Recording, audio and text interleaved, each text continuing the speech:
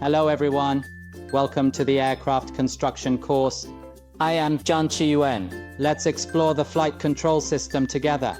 The content of this issue includes overview of flight control system, composition and principle of main control system. Part 1. Overview of flight control system. The flight control system is used to control the flight attitude of the aircraft, turning the aircraft around 3 different axes. The 3 axes including 1. Longitudinal axis, 2. Horizontal axis, 3. Vertical axis. The rotation around the axis is called a roll motion, made possible by the deflection of the aileron. The rotation around the horizontal axis is called pitch movement, which is achieved by the deflection of the elevator. The rotation around the vertical axis is called yaw movement, which is achieved by the deflection of the rudder. In addition to the main control system composed of ailerons, elevators, and rudders, modern large aircraft are also equipped with auxiliary control systems and warning systems. The composition of the flight control system can be seen from the figure. The auxiliary control system includes a high-lift device, a spoiler, and a horizontal stabilizer. The warning system includes 2 warning systems, takeoff configuration and stall. If the pilot operates incorrectly, warning signals such as ringtones, lights, and text information will appear on the aircraft. Now let's take the Airbus A320 aircraft as an example and look at the flight control surfaces equipped with modern large aircraft. I believe everyone is interested in the way the aircraft is controlled. Unlike car driving, the steering wheel in front of the driver does not control the left and right yaw of the aircraft, but controls the roll of the aircraft so that the aircraft tilts left and right. The yaw movement of the aircraft is controlled by pedals. Step on the left pedal and the plane yaws to the left.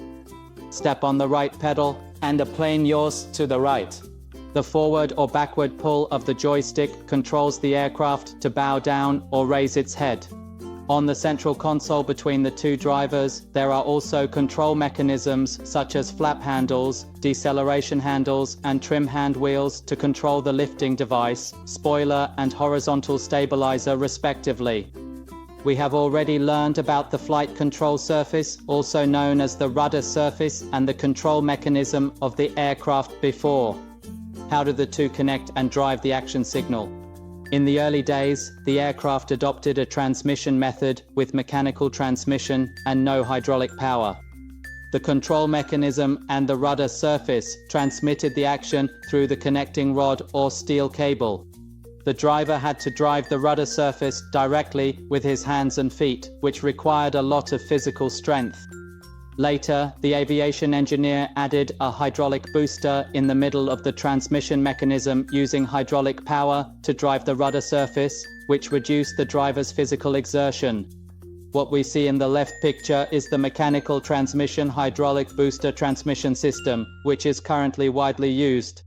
Boeing's B737, B747, B757, B767, and other models all use this transmission system. At present, another mainstream transmission system is electric transmission. The electric transmission relies on wires to transmit signals. After the flight control command is analyzed by the flight management computer, it sends action commands to the hydraulic servo component and completely relies on hydraulic power to drive the rudder surface. The advantage of the electric transmission system is that it is lighter and more intelligent. The flight control computer will reject unreasonable control instructions to avoid flight accidents caused by pilot errors. At present, Airbus series aircraft, Comac C919, and the most advanced fighter jets all use electric transmission systems. According to the type of transmission mechanism, the mechanical transmission system can be divided into 3 types: soft transmission, hard transmission, and hybrid transmission. The soft transmission uses steel cables, which are lightweight but have low stiffness.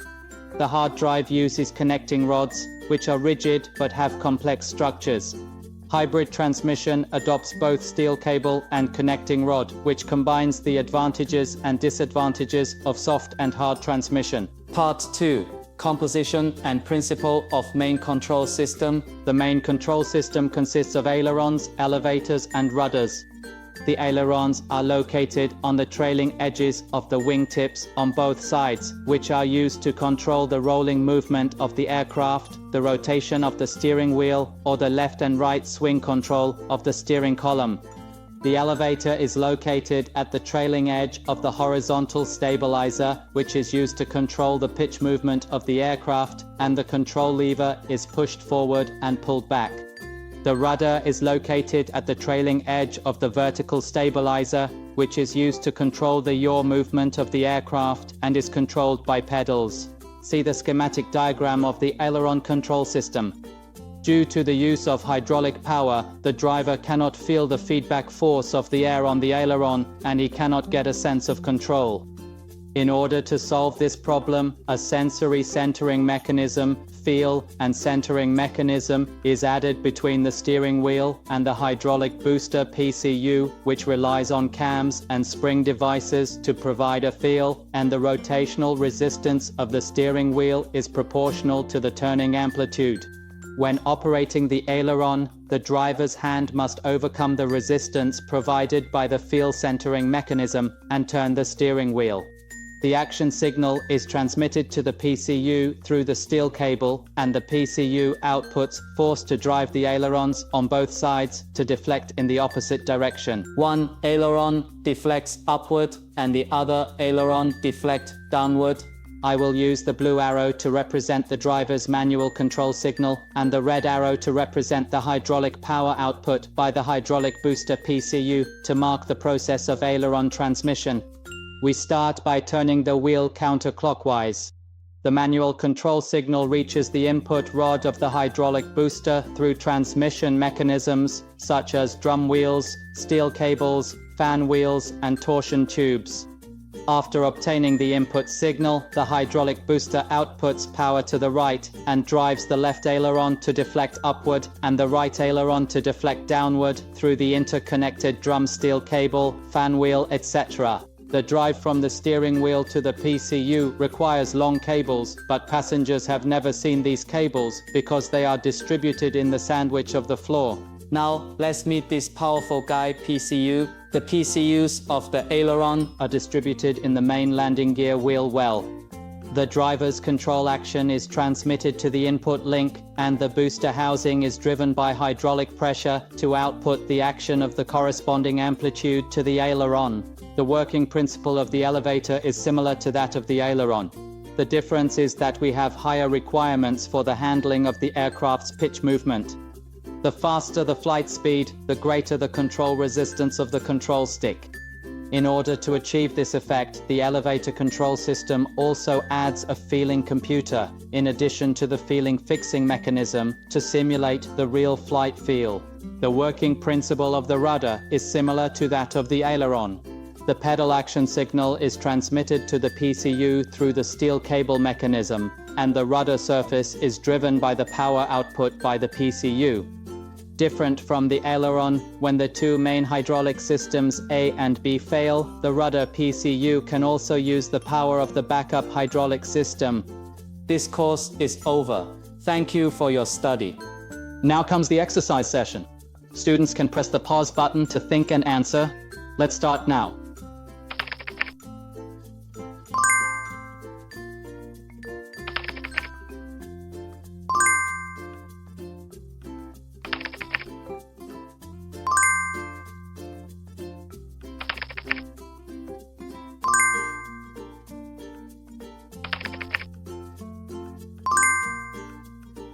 Have all the students answered correctly?